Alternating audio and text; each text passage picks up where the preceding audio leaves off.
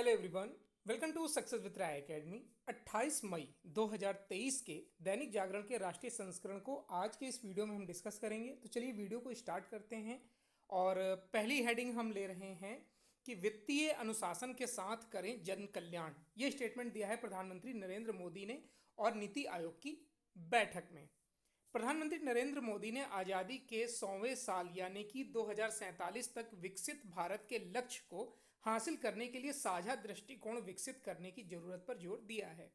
नीति आयोग की 8वीं governing council की बैठक उन्होंने राज्यों से आग्रह किया कि वे लोगों की आकांक्षाओं को पूरा करने के लिए वित्तीय रूप से विवेकपूर्ण फैसले लें।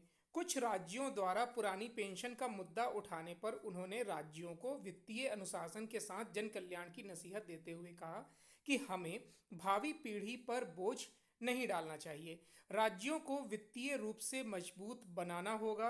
इस बैठक से दिल्ली, पंजाब, बंगाल, कर्नाटक, राजस्थान, तेलंगाना, बिहार, केरल समेत 11 राज्यों के मुख्यमंत्री नदारद थे। मोदी ने कहा कि जब राज्य बढ़ते हैं तो भारत बढ़ता है, इसलिए राज्यों को क्षेत्रीय व जिला स्तर पर अगले 25 वर्षों की रणनीति बनानी होगी। उन्होंने सभी राज्यों को नीति आयोग जैसे संस्थान बनाने का सुझाव दिया जो दीर्घकालिक लक्ष्यों व योजनाओं को लेकर केंद्र के साथ मिलकर काम करेंगे। बाद में नीति आयोग की तरफ से बताया गया कि इस पर काम हो रहा है, आने वाले दिनों में इसकी घोषणा की जाएगी। प्रधानमंत्री ने राज्यों से कहा कि उनकी तरफ से जो भी सुझाव आएंगे उस पर पूरी तरह से अमल करने की कोशिश की जाएगी। नीति आयोग के सीईओ BVR सुब्रमण्यम ने बताया कि नवनिर्मित प्रगति मैदान में आयोजित नीति आयोग की बैठक में वर्ष 2047 तक भारत को किस तरीके से विकसित राष्ट्र बनाया जाए, इस एजेंडे पर चर्चा की गई है। नेक्स्ट न्यूज पर आते हैं। भारतीय कला संस्कृति से सजे नए संसद भवन का प्रधानमंत्री आज करेंगे लोकार्पण। करीब 32 साल पहले देश ने नए संसद भवन का जो सपना देखा था वह अब पूरा हो गया है। नया संसद भवन बनकर तैयार हो गया है। 2.5 साल में तैयार हुआ यह भवन हाईटेक होने के साथ ही भारतीय कला और संस्कृति से सुसज्जित है। प्रधानमंत्री नरेंद्र मोदी रविवार को एक भव्य कार्यक्रम में इसे देश को समर्पित करेंगे।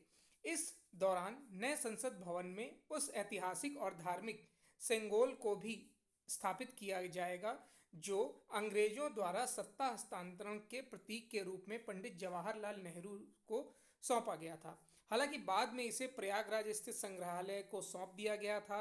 नए भवन के इस उद्घाटन के मौके पर संसद के दोनों ही सदनों के सदस्यों के साथ ही देश की प्रमुख हस्तियों को भी आमंत्रित किया गया। हालांकि कांग्रेस सहित दूसरे कई विपक्षी दलों ने इस उद्घाटन कार्यक्रम के बहिष्कार का ऐलान किया है।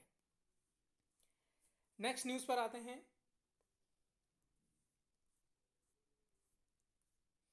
भारत के विकास पथ को और सुदृढ़ करेगा लोकतंत्र का मंदिर। देखिए, प्रधानमंत्री नरेंद्र मोदी ने शनिवार को नए संसद भवन को लोकतंत्र का मंदिर बताया और कामना की है कि यह भारत के विकास पथ को लगातार सुदृढ़ करेगा, लाखों लोगों को सशक्त बनाएगा। प्रधानमंत्री ने लोगों से नए संसद भवन का वीडियो ट्वीट पर माई पार्लियामेंट माई प्राइड हैशटैग के साथ साझा करने का अनुरोध किया है। केंद्रीय मंत्री हरदीप पुरी ने एक ट्वीट को टैग करते हुए मोदी ने ट्वीट पर कहा कि लोकतंत्र का यह मंदिर भारत के विकास पथ को मजबूत करता रहे और लाखों लोगों को सशक्त बनाता रहे। उन्होंने अपने ट्वीट के साथ मेरी संसद मेरा गौरव टैग का इस्तेमाल किया। प्रधानमंत्री ने नए संसद भवन के वीडियो और उसके जो वॉइस ओवर है उसके साथ कई लोगों को पोस्ट और रीट्वीट करने का भी आग्रह किया है।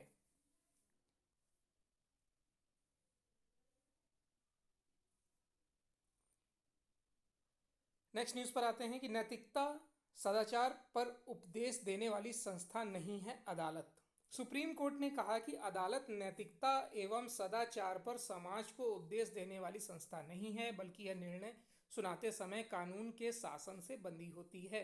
शीर्ष अदालत ने एक महिला अपराधी की इस समय पूर्व रिहाई का आदेश देते हुए यह टिप्पणी की है। महिला के एक पुरुष से अवैध संबंध थे जो उसे अक्सर डराया धमकाया करता था, इसलिए उसने अपने बच्चों की हत्या करके आत्महत्या करने का फैसला किया तो उसने पौधों के लिए इस्तेमाल होने वाले कीटनाशक खरीदे और अपने दोनों बच्चों को पिला दिया। इसके बाद जब वह स्वयं कीटनाशक पीने लगा तो उसकी रिश्तेदार ने उसे गिरा दिया। तो ये एक तरीके से ढोंग वाला तरीका था और अदालत ने इस पर बोला कि उपदेश देने से अच्छा है कि आप नैतिकता का इस्तेमाल करें और जो सही है उस पर फैसला दें। चलिए नेक्स्ट न्यूज़ पर आते हैं।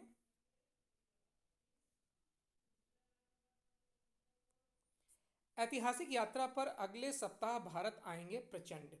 राजनीतिक अस्थिरता की वजह से पड़ोसी देश नेपाल के साथ द्विपक्षीय रिश्तों को आगे बढ़ाने का मामला कुछ महीनों से ठप पड़ा था, लेकिन अब इसे रफ्तार मिल सकती है। वजह यह है कि नेपाल के प्रधानमंत्री पुष्प कमल दहल प्रचंड दिसंबर 2022 में सत्ता संभालने के बाद भारत की यात्रा पर यानी कि आधिकारिक यात्रा पर अगले सप्ताह पहुंच रहे हैं। यह 4 दिवसीय यात्रा 31 मई से शुरू होगी। दहल की अगुवाई में बनी नेपाल की नई सरकार के साथ भारत का अभी उच्च स्तरीय राजनीतिक संवाद नहीं हुआ है। वैसे जिस तरह से वर्ष 2016 में प्रधानमंत्री पद संभालने के बाद दहल ने चीन से पहले भारत की यात्रा की थी, उसे वह फिर वर्ष 2023 में दोहराने जा रहे हैं। यही नहीं, यात्रा शुरू होने से पहले उनका यह बयान कि इस बार की भारत यात्रा ऐतिहासिक होगी काफ़ी ज़्यादा उत्सुकता पैदा कर रहा है। भारत के विदेश मंत्रालय की तरफ से भी संकेत दिया गया है कि प्रधानमंत्री नरेंद्र मोदी और उनके नेपाली समकक्ष के बीच होने वाली वार्ता द्विपक्षीय रिश्तों को आगे बढ़ाने के लिए काफ़ी महत्वपूर्ण साबित होने वाली है। प्रधानमंत्री मोदी के आमंत्रण पर भारत आ रहे नेपाल के प्रधानमंत्री के साथ उनके कैबिनेट के कई वरिष्ठ सदस्यों के साथ उनकी पुत्री गंगा दहल भी भारत आ रही हैं। नेक्स्ट न्यूज़ है बिजनेस पेज से कि नेट जीरो की राह में खनिजों की कमी बड़ी बाधा। भारत ने वर्ष 2070 तक अपनी इकोनॉमी को नेट जीरो यानी कि कार्बन उत्सर्जन को पूरी तरह से खत्म करने की घोषणा की है, लेकिन अभी तक का अनुभव बता रहा है कि इस लक्ष्य की राह में सबसे बड़ी चुनौती बहुमूल्य धातुओं की कमी है। आरबीआई ने भी एक लेख के जरिए इस ओर इशारा किया है। इस लेख में कहा गया है कि भारत में कोयले का पर्याप्त भंडार है जो अभी तक ऊर्जा की ज़रूरतों को पूरा कर रहा था, लेकिन ऊर्जा के स्रोत को बदलने के लिए सबसे ज़्यादा जरूरी बहुमूल्य धातुओं के बारे में यह बात नहीं कही जा सकती है। जैसे जैसे देश में रिन्यूएबल ऊर्जा के स्रोत को बढ़ाया जाएगा, इलेक्ट्रॉनिक वाहनों को बढ़ावा दिया जाएगा, बैटरी स्टोरेज की क्षमता को बढ़ाने का काम किया जाएगा, वैसे वैसे हमें बहुमूल्य धातुओं की ज़रूरत महसूस होगी। अभी भारत इन सभी कार्यों के लिए बहुमूल्य धातुओं का पूरी तरह से आयात करता है। आरबीआई के लेख में कहा गया है कि पारंपरिक ऊर्जा के स्रोत जैसे कच्चा तेल, गैस या कोयले का भंडार पूरी दुनिया में कई जगहों पर है, लेकिन स्वच्छ ईंधन व ऊर्जा में इस्तेमाल होने वाले महत्वपूर्ण खनिजों का भंडार कुछ ही जगहों पर सीमित है। दुनिया के 3 देशों में ही इन महत्वपूर्ण खनिजों का अधिकांश हिस्सा है। इसमें बताया गया है कि वर्ष 2021 में भारत ने अपनी ज़रूरत का 1% दुर्लभ खनिज ही घरेलू स्तर पर निकाला है। भारत अपनी ज़रूरत का महज 0.7% सिलिकॉन ही उत्पादित करता है। हालांकि भारत सरकार ने अब अर्जेंटीना, बोलीविया और चिली से लिथियम व कोबाल्ट जैसे दुर्लभ धातुओं के उत्पादन में सहयोग की बात करनी शुरू कर दी है। ऑस्ट्रेलिया के साथ ही उक्त दोनों खनिजों का साझा तौर पर उत्पादन करने को लेकर बात हो रही है।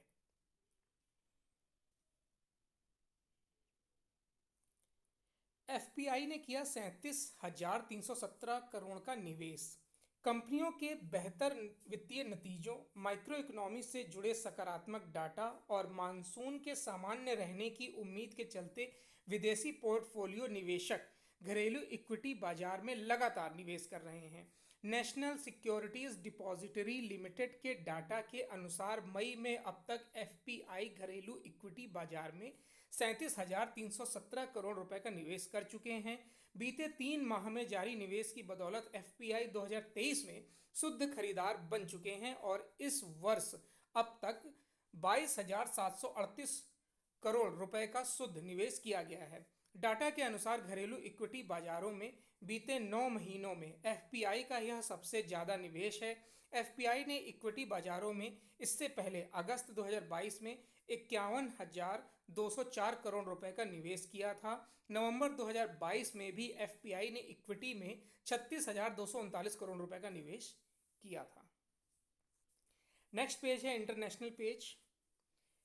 भारत को नाटो प्लस में शामिल करने की अमेरिकी कमेटी ने की है सिफारिश। चीन के बढ़ते प्रभाव को रोकने के लिए अमेरिकी संसद की एक समिति ने भारत को नाटो प्लस समूह में शामिल करने की सिफारिश की है। कमेटी ने कहा है कि इससे नाटो प्लस को मजबूती मिलेगी। इसमें शामिल होने पर इन देशों के साथ खुफिया सूचनाओं का आदान प्रदान और आधुनिक सैन्य तकनीक तक भारत की पहुंच आसान हो जाएगी। सिफारिश में कहा गया है कि ताइवान पर हमला करने की स्थिति में चीन पर आर्थिक प्रतिबंध तब अधिक कारगर होंगे जब G7, नाटो प्लस 5 और क्वाड जैसे महत्वपूर्ण सहयोगियों की ओर से संयुक्त प्रयास किए जाएंगे। कमेटी ने कहा है कि अंतर्राष्ट्रीय संस्थानों में ताइवान की सहभागिता के लिए भी अमेरिका को कूटनीतिक प्रयास करना चाहिए। अमेरिका को ताइपे एक्ट में भी संशोधन करने की जरूरत है, जिससे चीन की ओर से ताइवान की स्थिति में किसी भी प्रकार के बदलाव के प्रयास का सार्वजनिक रूप से विरोध किया जा सके। चलिए नेक्स्ट न्यूज पर आते हैं।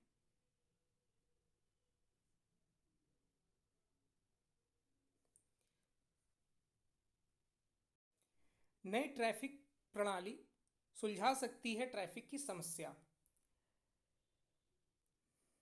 यदि ट्रैफिक सिग्नल पर आपको यही लगता है कि वाहनों की आवाजाही के लिहाज से रेड और ग्रीन लाइट की अवधि सही नहीं है, तो यह गाड़ियों की स्थिति के अनुसार तय होनी चाहिए, तो आपको जल्द ही इसका समाधान मिल सकता है। आईआईटी मद्रास की ओर से पहली बार भारतीय परिस्थितियों के अनुसार मांग यानी कि वाहनों की संख्या और उनकी जरूरत के आधार पर ट्रैफिक सिग्नल कंट्रोल विकसित किया गया है।